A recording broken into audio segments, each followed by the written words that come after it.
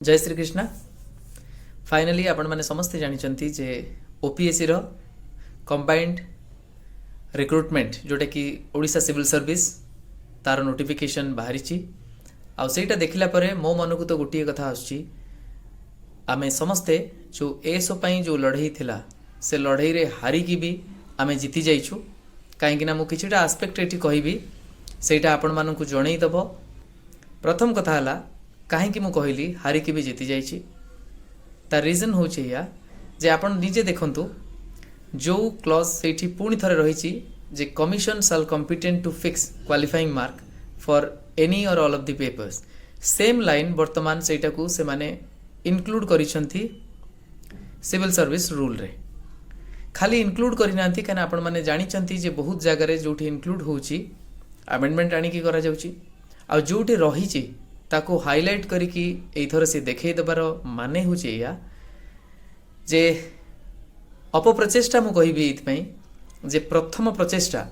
आपण एसो कथा को जदि नहीं कि देखिबे आपण सेठी देखै पारि नाहंती बरंग मु एठी गोटे स्टेटमेंट कहबी rule is for OPSC what advertisement for us जेमिति रूल गवर्नमेंट बा स्टेट गैजेट रे आने सेटा को देखिकी ओपीएससी तार कार्यपंथा स्थिर करिवो ठीक सेमती एडवर्टाइजमेंट रे जोटा आसे ताकू देखिकी जड़े कैंडिडेट तार निजर कार्यपंथा बा आपण कहि परिबे प्रिपरेशन करिवो। खूब सुंदर कथा जे अन्य को देखैबा को जाई एटलिस्ट मु खुशी है कि कहबी जे गुरु शिष्य उभय पढ़िला बड़ी ओपीएससी रो जो माने अधिकारी माने अछंती से माने भी निजे पढ़िचंती तेणु हाइलाइट करिचंती तो एटा गोटे गुड साइन तो मु सेथिरे खुशी। ठीक सेमिति आम मानकु भी सिखेबा को चेष्टा करिचंती सेथिरे भी कोनोसी भूल नाही कायना से माने गुरुजन से माने बहुत किछि जिंस जानिचंती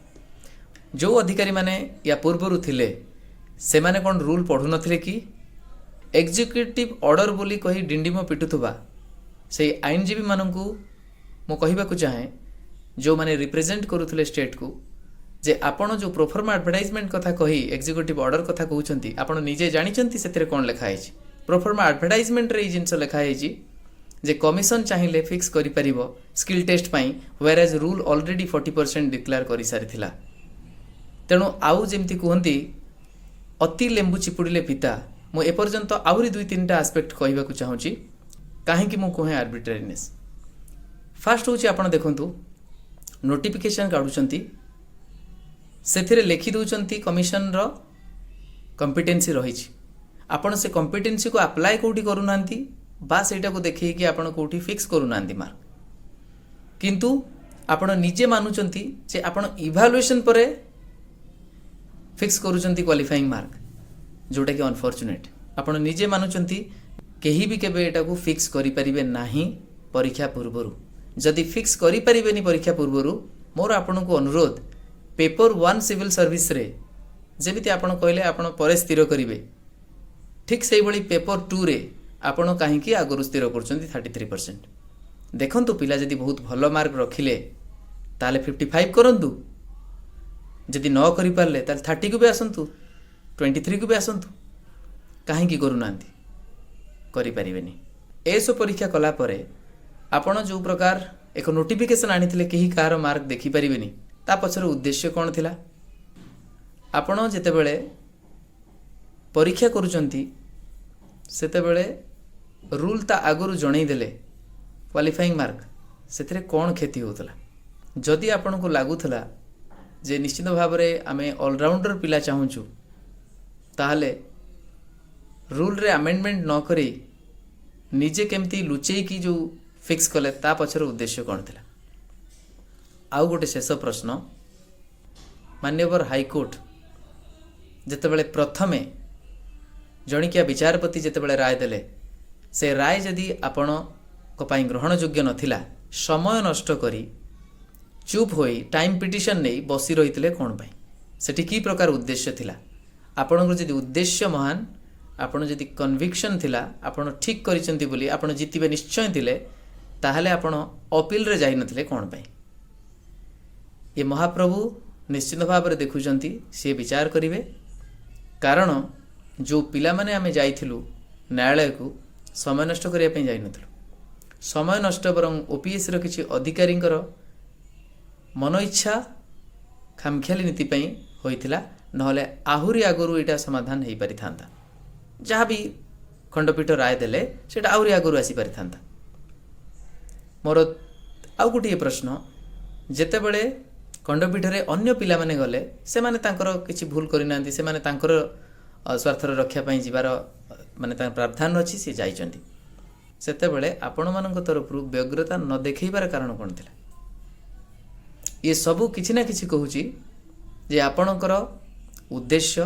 କେବେ ବି ଠିକ୍ ନଥିଲା, ଆଉ ଆପଣଙ୍କର ମନ କେବେ ବି ସଫା ନୁହେଁ। ଏଇଟା ଆଜି ନୁହେଁ, ଆଗକୁ ବି ସମୟ କହିବ ଆପଣଙ୍କର କଣ୍ଡକ୍ଟ। ଆଉ ଆଜି ଯେଉଁଟା ଆପଣ ନୋଟିଫିକେସନ୍ ଆଣିଛନ୍ତି with all due respect to that organisation OPSC, କାହିଁକିନା ମୁଁ ସେଇ ଅର୍ଗାନାଇଜେସନ୍କୁ କେବେ କିଛି କହେନି, ସବୁବେଳେ ନତମସ୍ତକ ରହିବି। ଆଉ ସେ ଅର୍ଗାନାଇଜେସନ୍କୁ ଦେଖିବେ ମୁଁ ପାରୁ ପର୍ଯ୍ୟନ୍ତ ଚେଷ୍ଟା କରିବି ତାର ପୂର୍ବର ଯେଉଁ ଗୌରବ, ଯେଉଁ ଗାରିମା, ଯେଉଁଟାକୁ ଆପଣ କ୍ଷୁର୍ଣ୍ଣ କରିଦେଇଛନ୍ତି, ଅକ୍ଷୁର୍ଣ୍ଣ ରଖିବା ପାଇଁ ବା ପୁନଃସ୍ଥାପନ କରିବା ପାଇଁ ମୁଁ ବହୁତ କିଛି କରିବି। ଆଉ ଏଇଟା ମୋର ଦୃଢ଼ ବିଶ୍ୱାସ ଆଉ ସଂକଳ୍ପ ମଧ୍ୟ। ପୁଣି ଥରେ ସିନା ସେଇ କ୍ଲଜ୍ଟି ରୁଲ୍ ଆପଣଙ୍କୁ ମ୍ୟାଣ୍ଡେଟ୍ କଲା ବୋଲି ଲେଖିଦେଲେ, କିନ୍ତୁ ମୋର ପୁଣି ପ୍ରଶ୍ନ ଯେ ରୁଲ୍ ଆପଣଙ୍କୁ କମ୍ପିଟେନ୍ସି ଦେଲା, କିନ୍ତୁ ଆପଣ କମ୍ପିଟେଣ୍ଟ ବୋଲି ଫିକ୍ସ କରିବେ, କିନ୍ତୁ ଫିକ୍ସ କରିକି ଜଣେଇବେ, ତା ଭିତରେ ଫରକ ରହିଛି। ଏବେ ବି ମୁଁ ଆଶା କରିବି ଆପଣମାନେ ଯେଉଁ ନିଶ୍ଚିତ ଭାବରେ ଆପଣ ସେ କମ୍ପିଟେନ୍ସକୁ ଆପ୍ଲାଏ କରି ଯାହା ନିଷ୍ପତ୍ତି ନେବେ ପରୀକ୍ଷା ପୂର୍ବରୁ ଜଣେଇବେ ବୋଲି ମୋର ଆଶା। ଆଉ ପରୀକ୍ଷା ପୂର୍ବରୁ ଯଦି ନ ଜଣାଉଛନ୍ତି, ପରେ ଜଣାଉଛନ୍ତି, ସେଇଟା ଗୋଟେ ନୋମିନାଲ୍ ପରସେଣ୍ଟେଜ୍ ରହେ। ଯେମିତି ଅନେକ ଗୁଡ଼ିଏ ପରୀକ୍ଷାରେ ବହୁତ ଗୋଟେ ମିନିମମ୍ ପାସ୍ ମାର୍କ ରହେ। ଆପଣ ଏତେ ହାଇ ପାସ୍ ପରସେଣ୍ଟେଜ୍ କେମିତି ରଖୁଛନ୍ତି ତାକୁ ପୁଣି ନ ଜଣେଇ। ତେଣୁ ଇଏ କେଉଁଠି ନା କେଉଁଠି ସନ୍ଦେହ ସୃଷ୍ଟି କରୁଛି। ଯଦି ଟ୍ରାଫିକ୍ ପୋଲିସ ଲେଖିଦିଅନ୍ତି ଯେ ହଁ ଆମର କମ୍ପିଟେନ୍ସି ରହିଛି, ଆମେ ଫାଇନ୍ କରିପାରିବୁ ଯଦି କିଏ ଟ୍ରାଫିକ୍ ନିୟମ ଉଲ୍ଲଙ୍ଘନ କରେ, କିନ୍ତୁ ମୁଁ ଆପଣଙ୍କୁ କହି ରଖେ ସେଠି କେଉଁ ନିୟମ ଉଲ୍ଲଙ୍ଘନ କଲେ କେତେ ଟଙ୍କା ଫାଇନ୍ ଯଦି ନ ଲେଖାଯାଏ, ମୋର ସେଇ ଓପିଏସ୍ସିର ଅଧିକାରୀମାନଙ୍କୁ ପ୍ରଶ୍ନ, ବିନମ୍ର ପ୍ରଶ୍ନ ଯେ ଆପଣ ନିଜେ କହିପାରିବେ କି ଯଦି ସେଇ ଅଧିକାରୀ ଯେଉଁମାନେ ଟ୍ରାଫିକ୍ ନିୟମ ପରିଚାଳନା ପାଇଁ ଅଛନ୍ତି,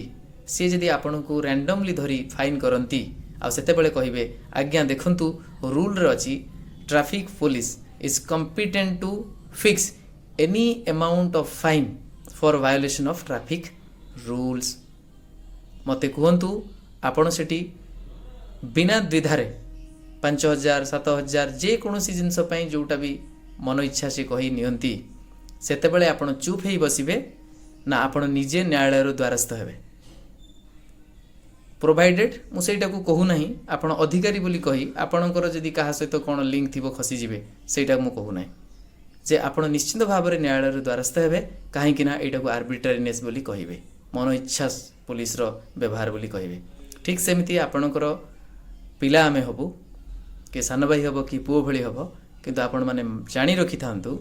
ଯେ ଯେଉଁମାନେ ନ୍ୟାୟାଳୟକୁ ଯାଇଥିଲେ ସେମାନେ କୌଣସି ଭୁଲ ଜିନିଷ ପାଇଁ ଯାଇନଥିଲେ, ବରଂ ଠିକ୍ ଜିନିଷ ପାଇଁ ଯାଇଥିଲେ। ଏବେ ବି ମୁଁ କହିବି ନିଶ୍ଚିତ ଭାବରେ ନିଜର ନୀତି ଯେଉଁ ପ୍ରକାର ଭାବରେ ଆପଣ ପରିଚାଳିତ କରୁଛନ୍ତି ତାକୁ ବଦଳାନ୍ତୁ, ସମୟ ଥାଉ ଥାଉ, ନହେଲେ ଆହୁରି ଅନେକ ଅସୁବିଧାରେ ଆପଣ ପଡ଼ିବେ। ଆପଣ ଭାବୁଛନ୍ତି ଯେ